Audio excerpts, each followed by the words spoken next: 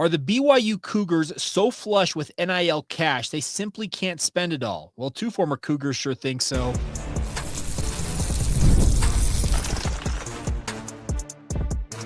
You are Locked On Cougars, your daily podcast on the BYU Cougars. Part of the Locked On Podcast Network, your team every day. What's up, everybody? Welcome into Locked On Cougars, your daily podcast focused on the BYU Cougars. I'm Jake Hatch, executive producer of the KSL Sports Zone and 13-year credentialed media member at BYU. I am your resident BYU expert and insider. As always, thank you for making Locked On Cougars your first listen today, and thank you to all of you who are back with us, who are our everydayers right here on the Locked On Podcast Network. Today's show is brought to you by our friends over at FanDuel. Go to FanDuel right now. Get $200 in bonus bets when your first $5 bet wins. Go to FanDuel.com to get started today. All right, coming up on today's show, we are going to talk about BYU and NIL, and we are going to ruffle some feathers of certain other fan bases with this conversation. Then we're going to talk about BYU adding yet another transfer portal edition and continue to kind of tick the boxes of their needs out of the transfer portal. And we'll finish up today's show with the NBA draft lottery and the fact that what we just experienced with Cooper Flagg could be coming to Provo, Utah this coming year. All right, let's dive right in on today's show. And on my show yesterday on the KSL Sports Zone, many of you know that I produced DJ and PK. I've been doing that for now 11 plus years. We're on my 12th year with DJ and PK producing that program. DJ brought up an interesting conversation he had with a former BYU athlete. Now, DJ, I have known him for a really, really long time. He does not say what I am about to talk about, what he talked about, very lightly. He talked with a former BYU athlete who he said had left the Cougars before NIL was a thing. And he said, naturally, the conversation steered towards NIL. And what he was told is that the NIL cash flowing through BYU athletics right now is so abundant that this former Cougar said that the golf team, the men's golf team, which, by the way, is in the second round of their NCAA regional, or will be at some point today. The first round got delayed. They played only like 5 or 6 holes, and BYU currently in 4th place in that regional out in Reno, Nevada. But beside the point, he said that all members of the BYU golf program right now, the BYU men's golf program, were making in NIL money at least $100,000. Now, in just a full disclosure, I do not know who this former athlete was. DJ told me that I would know exactly who it was and why they said that if he told me the name, but he did not divulge the name to me. Then, as the show progressed yesterday, and by the way, you can go back and listen to this. Go to KSLSports.com, search out DJ and PK, and listen to our Hot Takes and Toast segment. And you'll get more, actually not Hot Takes or Toast. It's in hour 3 of the program. He talks about this very thing.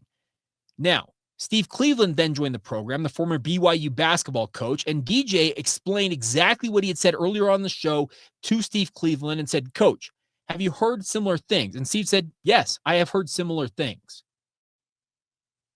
Whoa, here's the deal. We have heard about BYU being so egregious with tampering. I use air quotes because here's the deal. Tampering does not exist in the current environment that we exist in. That's beside the point.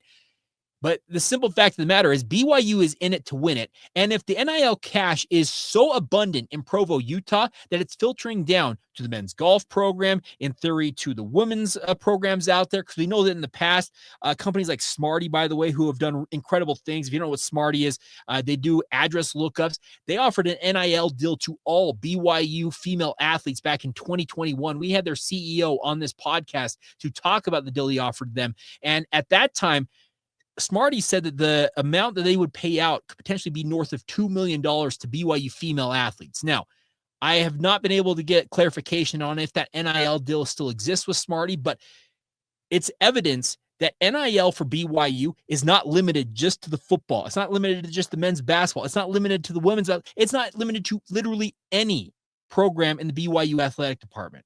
There are boosters out there that have their pet projects, I'll call them, in terms of their favorite teams at BYU. I am sure there are some pretty illustrious benefactors out there who are big golf fans and want to see BYU golf competing on a national level, and maybe they're the ones paying these guys north of $100K. The other part of it DJ talked about is a young man like Kihei Akina. And if you don't know the name Kihei Akina, I don't blame you. But if you're in the golf world, you're going to want to know this kid's name. let's just put it this way. He may be the best high school golfer to come out of the state of Utah in quite some time. And they've pumped out some pretty good talent in recent years. Guys like Zach Blair, Tony Finau, Patrick Fishburne, all on the PGA Tour right now. And there are people who think that Kihei Akina is that same caliber, maybe better than it. In golf terms, he was a national level recruit. He could have gone to any golf program around the country. His brother Keanu is already inside the BYU men's golf program, and Kihei decided to stick close to home. He plays at Lone Peak High School, and he is going to play for BYU. What DJ said is that Kihei Akina could be commanding north of $250,000, maybe as high as $500,000 in NIL from BYU, and likely would have gotten that, if not more potentially, to go elsewhere in the country. This is pretty revolutionary because it shows, once again, that BYU, it's not just about one sport or one program when it comes to BYU and their NIL prowess. The prowess extends across the entire athletic department. That is going to be one of the hallmarks of Tom Holmoe's illustrious career at BYU, is the fact that he, by and large, he made the entirety of BYU athletics. I'm talking from swim and dive to tennis, all the way to football and basketball. Every sport had really, really high points during his tenure as BYU coach. Now, before I get yelled at by some of you out there who are baseball fans, yes, I know the BYU baseball program may be getting the short end of the stick when it comes to this, but it shows us once again that NIL cash is flowing through BYU athletics, and the Cougars are intent on competing on a national level. And it's not, like I said, just in football. It's not just in men's basketball. Those are obviously the two benchmark sports. They are the two most popular and garner the most eyeballs across the entire BYU athletic department, and for good reason.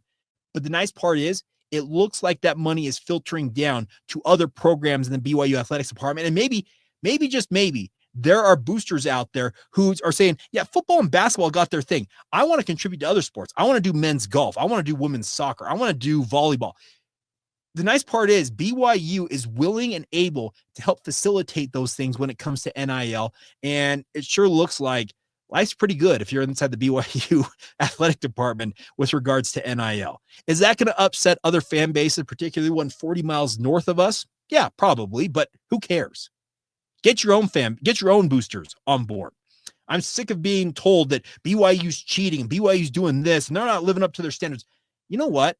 The rules are what they are, and BYU's playing by said rules. And the fact that your program isn't keeping pace, that is what irks you more than anything else. But the nice part is, if you're a Cougar fan out there, it sure looks like NIL cash is here, and it's here in droves in Provo, Utah, and it's leading to BYU winning both on the football field, on the basketball court, on the links, as it were, for men's golf. And I sincerely hope they make a nice run at the NCAA regional this week, because they had a pretty tough finish at the Big 12 championships. But the nice part is, it looks like money is flush within the BYU athletic department when it comes to NIL. And we all know that money, it translates to wins. And that's nice to hear that BYU has got that money, and it's flowing in pretty freely at this point.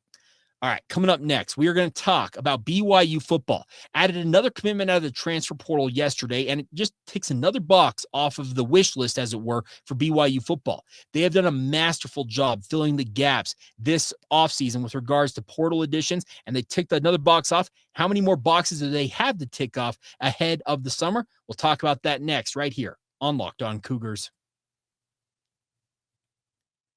Today's show is brought to you by our friends over at FanDuel. Now, the NBA playoffs are in full swing, and every night delivers highlight-worthy performances, major momentum shifts, and can't-miss moments. Now, whether it's a game-winning shot or a breakout play, there's never been a better time to get in on the action and do it with our friends over at FanDuel. It makes it easy to stay in the game before tip-off and also live during the action with player props, performance trends, and same-game parlays. Fans have more ways than ever to play smart and win big. The best part is, whatever players you are interested in, or maybe a player that just seems to be going off in a game, you can take advantage of that and help you build your next bet. The best part is you can combine those live prop bets and mid-game based on how the action unfolds, and obviously cash them in for a same-game parlay that could pay out more. The best part is, how could a $200 bonus in bets add to the excitement of your first $5 bet. So take advantage today. If you head to FanDuel.com and place your first $5 bet, and if it hits, you get $200 in bonus bets. Simple as that. First $5 bet hits, $200 in your account, just like that. No questions. That's the best part is FanDuel is here for you guys, no matter what you're into. If it's not the NBA, they've got futures odds in college football, the NFL, Major League Baseball, and everything in between. So take advantage of it today and make every moment more with FanDuel, the official sports betting partner of the NBA. Thank you once again for making Locked On Cougars your first listen of the day. Please continue to subscribe, rate, review, share this with your family and friends. Let them know it's daily BYU content out there if they are interested in hearing all things about the Cougars from yours truly. I appreciate all the support you guys have given us, and it's a really, really fun venture. It's one of my favorite things to do. We're in year 7 of this podcast. It's crazy that time's flying that quickly, but it's been a really, really fun thing along the way as well. All right, time to talk some BYU football. Now, the Cougars have been very meticulous about their work in the transfer portal this offseason. They have not had a ton of roster slots to add guys. Now, the House settlement has been pending out there, and there was some thought when it was originally going to be approved by the judge that was going to necessitate a cut down to 105-man rosters. Well, there has since been updates in that lawsuit that are going to grandfather, as they're using the term, the players that likely would have been cut to get down to 105-man rosters. Well, they'll be grandfathered in and won't count against that 105-man cap for however long they're at the program. That is going to help BYU out, because the nice part is they're not going to have to cut guys to make room for guys they have brought in via the portal or vice versa. The other side of it is I have looked at BYU and I have talked often about the needs for BYU football, whether they would be to have some wide receivers to come in and fill holes in the lineup in the absence of Keelan Marion. Well, Reggie Frischknecht and obviously Tiger Bachmeier checked that box very, very clearly. BYU wanted to find a quarterback to compete in the Derby to replace Jake Retzloff next year. Well, they added Bear Bachmeier, who's a former 4-star talent from Stanford. They obviously needed some depth on the defensive line. Insert Jackson Kirkland as he comes across back to the state of Utah, across the Big 12 ranks from Oklahoma State. Yeah, and then yesterday, we got some good news for BYU in the defensive secondary that Tavion Beasley is going to be suiting up for the BYU Cougars. I had some brief interactions with him via social media, and what he told me is after playing safety the last 2 years at San Diego State, albeit undersized, because they listed him at 5'11", 175 pounds. That's small for even a G5 safety. He told me that he is planning to play cornerback, and that's where he's slated to play for the BYU Cougars as a junior this coming fall for BYU. Now, if you look at his stats, there's nothing really to write home about. He appeared in all 12 games last year for San Diego State, 5 of them as a cornerback / safety. But more often than not, he was relegated to special teams duties, seeing action in 12 games and garnering just 1 tackle against UNLV on November 16th. He redshirted in 2023 after originally joining San Diego State from Colorado. He was a 3-star prospect at a St. John Bosco High School back in 2022, and then ended up at Jackson State with Deion Sanders, ended up playing in 9 games, finishing that season with 8 tackles, 2 interceptions, 3 pass breakups, and 1 fumble recovery. So quite literally, his best year to date in his career was his true freshman campaign. But the funny thing about this is it's funny how relationships established early on in the recruiting sphere can pay off literally years down the line. Some of you may have seen this yesterday on social media, but it's true that back in 2019, so we're talking almost a full 3 years before he signed to play for Jackson State, Tavion Beasley's first ever Division I offer came from none other than Brigham Young University and cornerbacks coach Gennaro Guilford. Now, 6 years later, after he has played at 3 other programs, that's beside the point. Welcome to the new era of college football. If you think it's ruining the sport, I can't help you, but it's the era that we live in. The bigger point is his relationship with Gennaro Guilford and the BYU football program dates back over half a decade and has paid off now as he comes into BYU. What is there to expect from a young man like this? Well, he has not played a lot of late, especially at the G5 level, playing for San Diego State. Is there some question about his effectiveness at this level? Probably. I would actually have that question mark about him. But the one thing I knew in talking with people around the football program is that Gennaro Guilford was intent on adding at least one guy to his cornerback room via the transfer portal, and Tavion Beasley appears to be it. At bare minimum, he comes in with experience at the Division I level and can offer depth that BYU needs at cornerback. I figure that guys like Evan Johnson, Maury Bamba, Trey Alexander, Marcus McKenzie, and Jonathan Cabella, probably, as well as Jaden Dunlap, probably make up your top 6 cornerbacks. But to a man outside of Trey Alexander and Jonathan Cabella, every one of those guys that I listed there, I said the 2 youngsters, I said of Trey and Jonathan Cabella, the other 4 all have injury concerns that have cost them time in their BYU careers, whether it's been a week or it's been an entire season. They have had multiple instances of injury concerns, and that's why I think a guy like Tavion Beasley comes to BYU at minimum to offer depth at the position. Maybe he gets coached up finally by a cornerbacks coach who knows what they can do for him, and maybe a guy like Gennaro Guilford pulls the best out of this young man. He was a 3-star prospect coming out of St. John Bosco, so he's not the top tier of recruits that come out of an illustrious program like St. John Bosco, because it routinely produces 4- and 5-star talents. But this is a guy that went with Deion Sanders to Jackson State, then made the transition to Colorado with Deion before ultimately landing at San Diego State. And now he's on his 4th program, and I think he's really looking to make this a home for himself and succeed on a national level. Obviously, BYU's got a lot of depth. That's very clear. And the way they've gone about building this depth is, like I said, checking boxes off of what you would like to have out of the transfer portal. Well, the question is, what's left for BYU? Based on people I have talked to, really the only thing left, and there's obviously an opportunity if BYU finds one of those diamonds in the rough that they think is a best player available scenario, yeah, they'll add that player. But really the only position that I could think of, and what I have been told, that remains on the wish list for BYU, and it may not be a glaring need, much like this with Tavion Beasley. It was not one of those things that you absolutely had to have it. It was just a nice thing to bring in to BYU to have that extra depth, is along the offensive line, particularly at offensive tackle. Now, offensive tackles are at a premium in the transfer portal. There's a few positions out there. They are quarterbacks, running backs, also offensive tackles, and defensive linemen, interior defensive linemen, particularly defensive tackle. They command a premium in the transfer portal market because they don't have a lot of those guys that go on the open market that are what teams are looking for. So the nice part is, if you've kind of been looking at BYU and saying, okay, what do they need out of the transfer portal?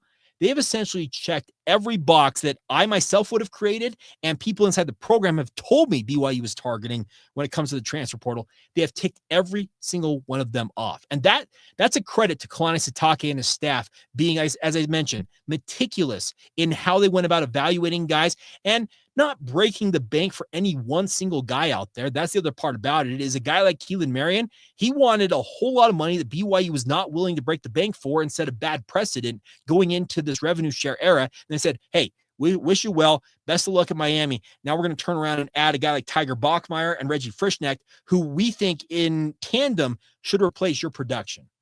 Will they? TBD. But I think that BYU has played their cards extremely well and has benefited from this. And the nice part is they have only bolstered their lineup, bolstered their chances of running at a Big 12 title, and have added quality depth that should, at minimum, make them that much more formidable this year as they chase a Big 12 title and a potential college football playoff berth. It's a really, really nice place to be in for the BYU football program. They've already got a lot of pieces returning, and all they've done via the transfer portal is really kind of bolster that. And the last thing that's on my checklist is the offensive line. All right, we'll finish up today's show, flipping back over to basketball just for a minute. We have seen a lot of hoopla surrounding the, quote, capture the flag, unquote, movement about Cooper Flagg and the number 1 overall pick in the NBA draft next month. Well, could all that hoopla be going from Duke to BYU next year? I sure think so, and I'll explain exactly why coming up next right here on Locked On Cougars.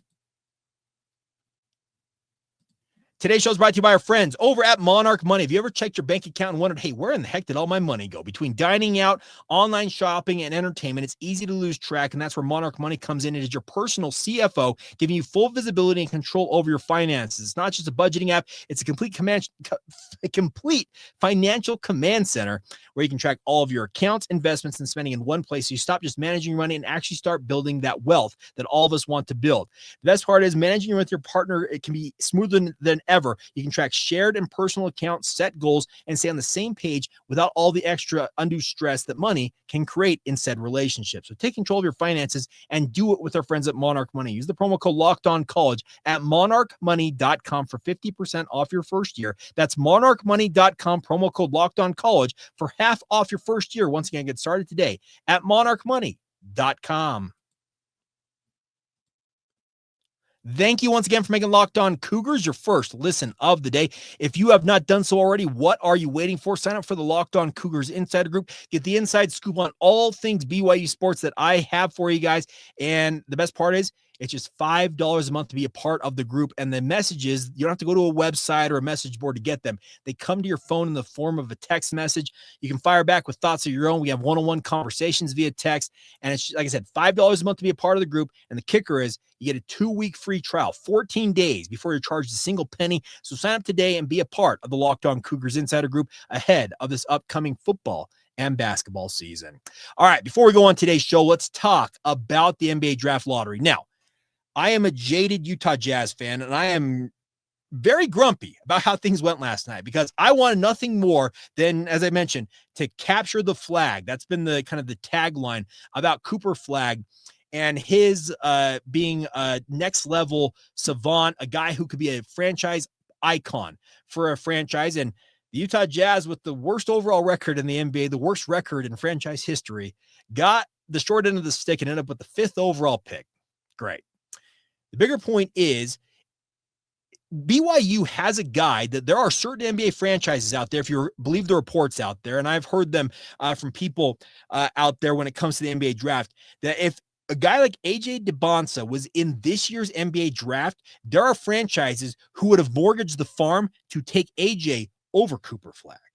And any of you who pay attention to college basketball on a national level know how much of an outsized magnifying glass there was on Cooper Flag and the Duke Blue Devils, because he has been the presumptive number 1 pick for multiple years now in this NBA draft cycle. He has had people just analyzing and examining and poking and prodding and looking at every angle of his game for years now.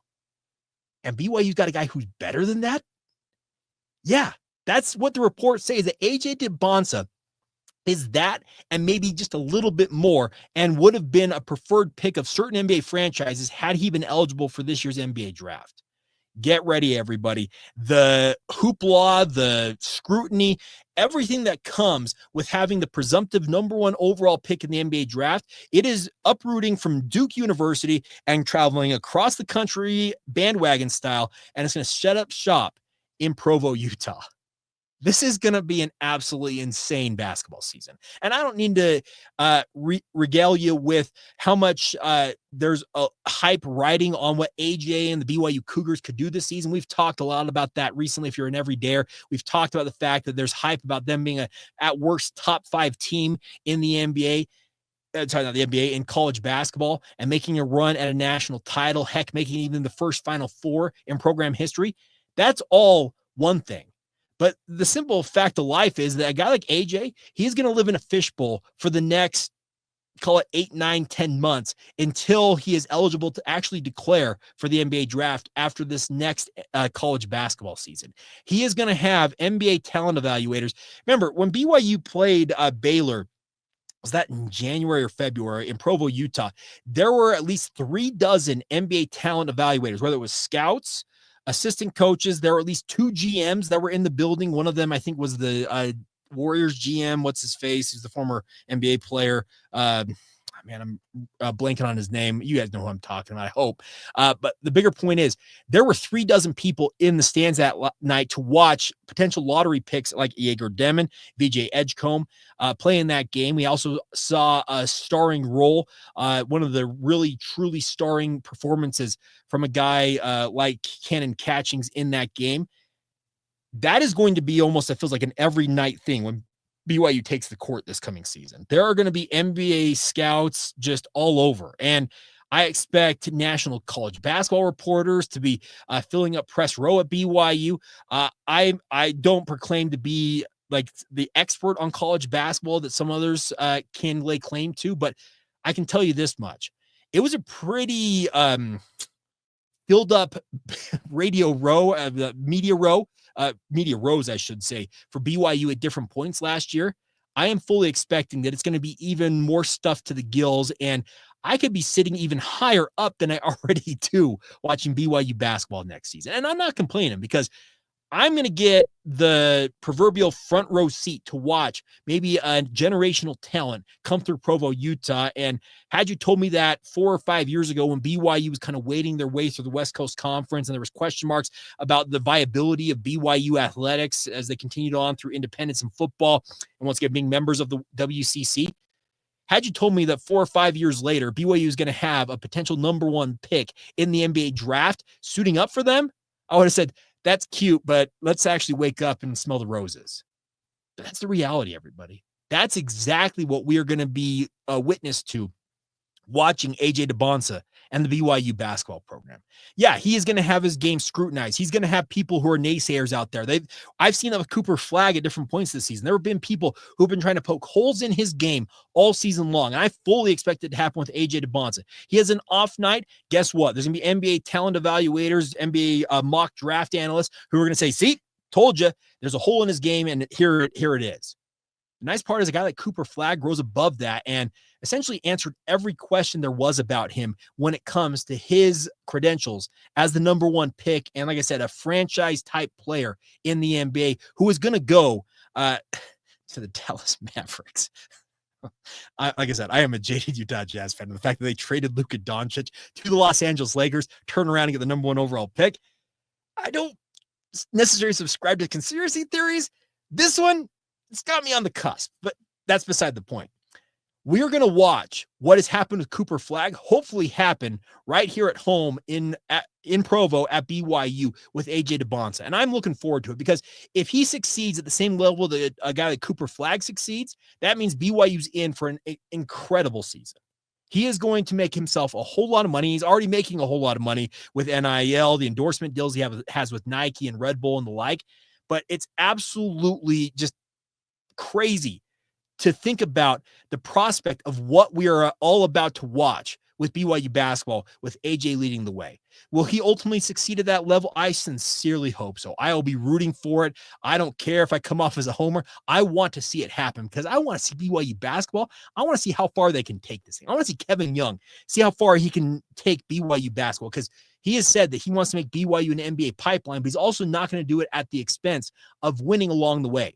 Could BYU play in a Final Four? I sure hope so. And I hope that AJ DeBonsa is the guy leading BYU to that glory alongside guys like Richie Saunders and Robert Wright III.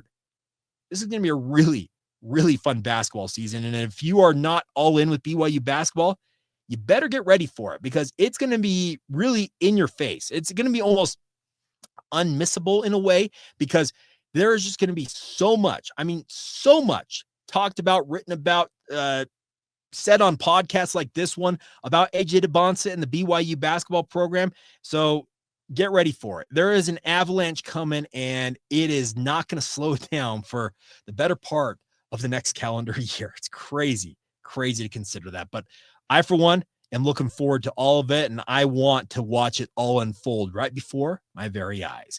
All right, that is going to do it for this edition of Locked On Cougars. Truthfully, appreciate all y'all's support. The haters and the lovers all alike. We've had some trolls pop up on YouTube of late, but guess what? I have some fun with them along the way. And obviously, as always, I thank you for continuing to subscribe, rate, review, share that with your family and friends. Like the show if you're watching on YouTube. All you got to click is that little thumbs up button. It helps get the word out more about this podcast. It's as simple as that. So thank you truthfully for all the support you give the show. As always, thank you for making it your first listen today. And until tomorrow, thank you for being an everydayer right here on the Locked On Cougars podcast.